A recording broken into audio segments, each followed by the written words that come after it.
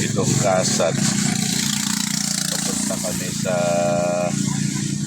itong kalsada na to going to kasat. Tapos mag-e-exit na lang po kami dun sa may Balay Gloria.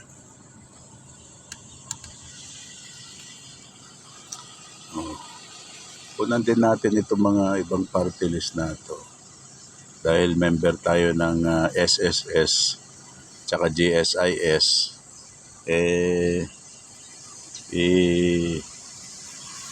I-video din natin.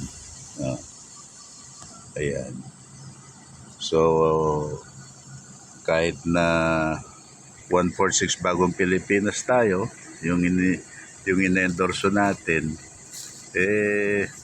sabi nga nila, may the best man win. Good luck to both of my party list.